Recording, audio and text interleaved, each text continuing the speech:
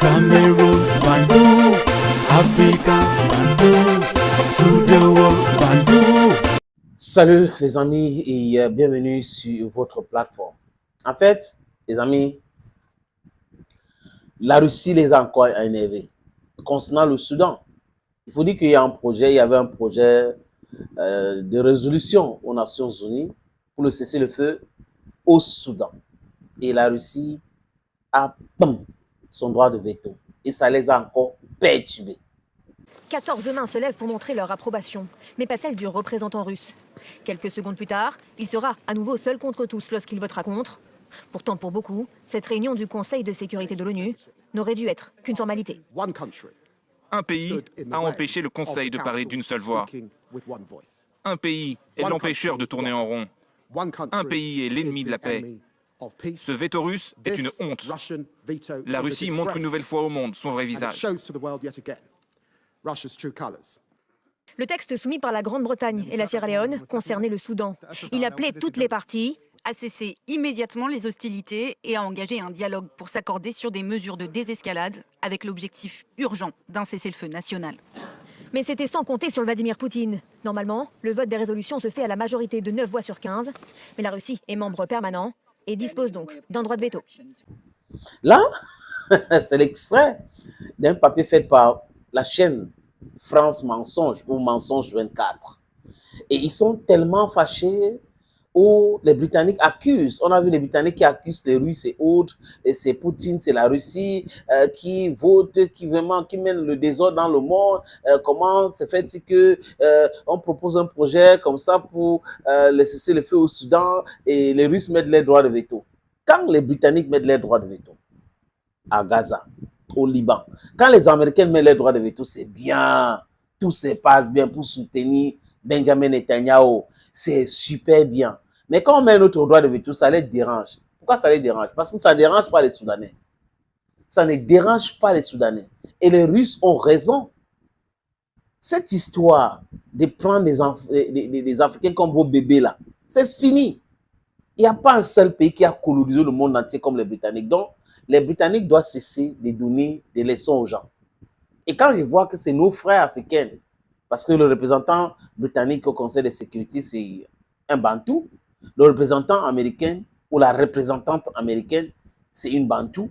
Donc, vous comprenez que c'est toujours comme ça. On essaye de nous donner les mauvais rôles. Toujours les mauvais rôles. Les amis, et la Russie a du répondant.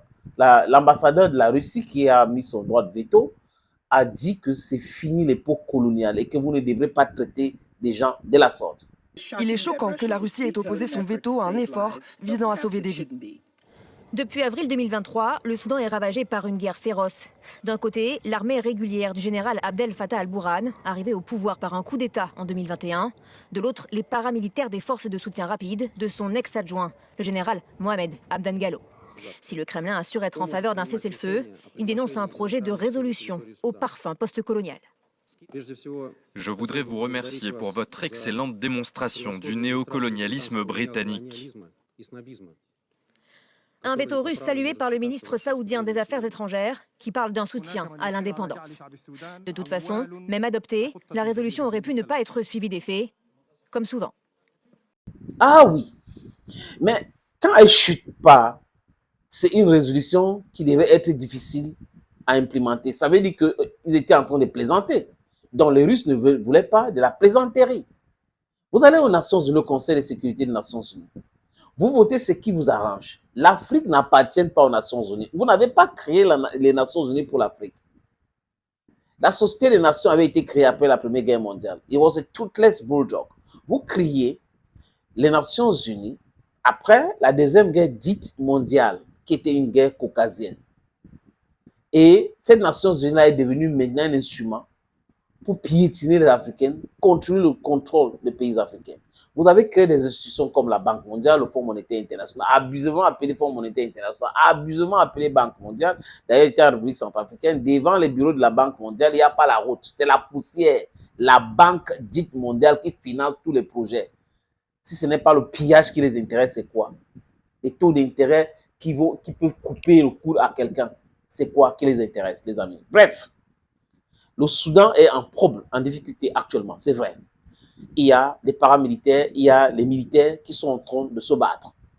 Mais qui est celui-là qui finance ce désordre au Soudan? Qui donne les armes pour que les Soudanais se battent entre eux? Voilà la question qu'il faut se poser. Il y a des pays du Golfe qui ont soutenu cette veto russe. Les Soudanais ont soutenu ces veto russes. Parce que les amis, je vais vous expliquer.